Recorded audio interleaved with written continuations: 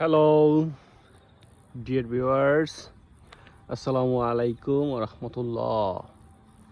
চলো একটা জিনিস দেখাই। জাপানে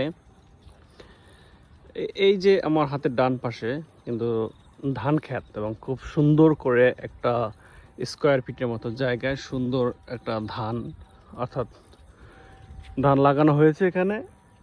আর তার চারিদিকে কিন্তু বিভিন্ন ছোট ছোট বাড়ি, দেখতে খুবই সুন্দর আর কি, ক্যামেরার থেকেও বেশি বাস্তব উপভোগ্য।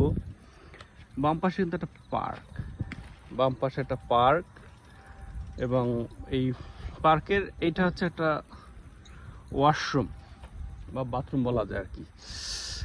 অর্থাৎ প্রত্যেকটা পার্কেরই এই যে হাঁটার রাস্তা থেকে শুরু করে খেলার একটা পরিবেশ তৈরি করা বিভিন্ন, এবং তার ডানে বামে গাড়ি যাওয়ার রাস্তা, সব কিছুই একটা খুব পরিপাটি সুন্দর। যদিও আপনি যদি একদম মূল শহর থেকে যদি একটু গ্রাম কল্পনা করেন, তাহলে আপনি গ্রাম ধরতে পারবেন না, যেটা গ্রাম কিনা। আসলে এটা গ্রামও না, মানে এইসব জায়গায় সব কিছুই পাওয়া যায়, কিন্তু তাও জাপানের তুলনায় এগুলাকে গ্রামই বলা হয়।